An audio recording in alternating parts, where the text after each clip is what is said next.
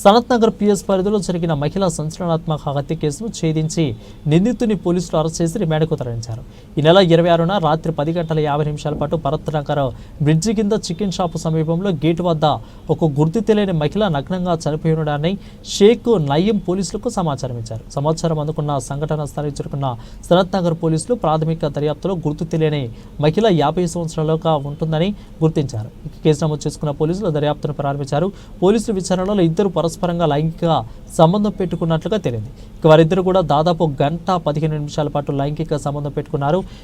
ఇక ఆ సమయంలో మహిళ కేకులు వేయడంతో ఆమె ఛాతిపై కూర్చొని పిలికిడితో దెబ్బలు వేసి హత్యకు పాల్పడినట్లు ఒప్పుకున్నారు. 131 BNS సెక్షన్ కింద కేసు నమోదు చేసి నిందితుడిని రిమాండ్కు తరలిస్తున్నట్లు బాలానగర్ డీసీపీ సురేష్ కుమార్ తెలిపారు. ఇక హత్య గావించబడిన మహిళను గుర్తించడానికి ప్రయత్నాలు కొనసాగుతున్నాయని అన్నారు.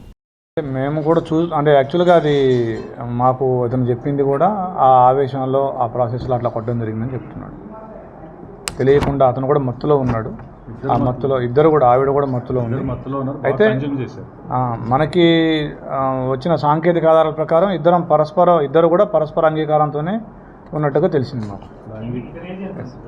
ఇతను ఏజ్ 35. ఇతను లేబర్గా పనిచేస్తాడు. అంటే మట్టి పని చేసే కూలీగా పనిచేస్తాడు.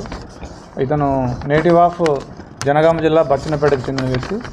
దాదాపుగా ఒక 7-8 సంవత్సరాలుగా హైదరాబాద్లో ఉంటున్నాడు. గతంలో కూడా ఇతని మీద చిన్న చిన్న దొంగతనాలు కేసులు ఉన్నాయి. ఒకటి బాలానగర్లో, ఒకటి బచ్చినపేట పోలీస్ స్టేషన్లో కూడా దొంగతనం కేసులు ఉన్నాయి. ఇతను పాత అఫెండర్. Thank you. 6వ తారీఖున రాత్రి 11 గంటలకి మా సనత్ నగర్ పోలీస్ స్టేషన్కి ఒక డైల్ 100 కాల్ వచ్చింది. దాని ప్రకారం దాదాపుగా 50 సంవత్సరాల వయసున్న ఒక గుర్తు తెలియని మహిళ శవం ఎర్రగడ్డ ఫ్లైఓవర్ దగ్గర ఎవరూ చూడని ప్రదేశంలో ఉంది అనేది ఆ కాల్ సారాంశం.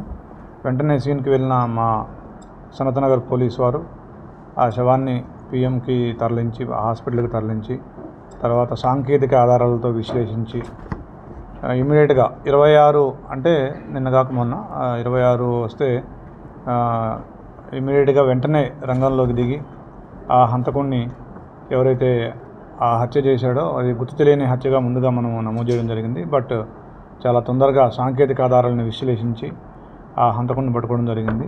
దీని ప్రకారం జరిగింది ఏంటంటే మనకున్న సాంకేతిక ఆధారాలను బట్టి కూడా మనకి తెలిసింది ఏంటంటే ఇతను ఎవరైతే ఆ హత్యకు గురైందో ఆ మహిళతో మాట్లాడి వీళ్ళిద్దరూ పరస్పర అంగీకారంతో ఒక నిర్మానుష్య ప్రదేశంలో ఉండి వీళ్ళిద్దరూ ఏకాంతంగా గడిపినారు.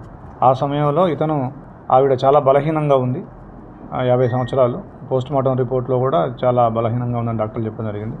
ఆవిడ మీద బలప్రయోగం చేసి ఆవిడని కొట్టడం, తర్వాత ఆవిడ తలలో కూడా లోపల కన్ఫ్యూజన్ ఉందని డాక్టర్ చెప్పడం జరిగింది. ఆవిడని కొట్టడంతో ఆవిడ ఆ సమయంలోనే దాదాపు 1 గంట సేపు గడిపాడు ఇతను ఆవిడతోటి. ఆ టైంలో ఈవిడ చనిపోయింది. ఆ తర్వాత ఆవిడని వదిలేసి అతని ఇంటికి వెళ్ళి బాలానగర్లో ఉన్నటువంటి వాళ్ళ బావ వాళ్ళ ఇంటికి వెళ్ళి అక్కడే ఉండి ఏమీ తెలియనట్టుగా మళ్ళీ తన పని తాను చేసుకోవడానికి వెళ్తున్నప్పుడు తన పని తాను చేసుకుంటున్నప్పుడు సాంకేతిక ఆధారాలతో అతన్ని అదుపులో తీసుకోవడం జరిగింది. అతను తన నేరాన్ని కూడా అంగీకరించినాడు. ఈరోజు అతన్ని రిమాండ్కి పంపిస్తున్నాడు. Thank you.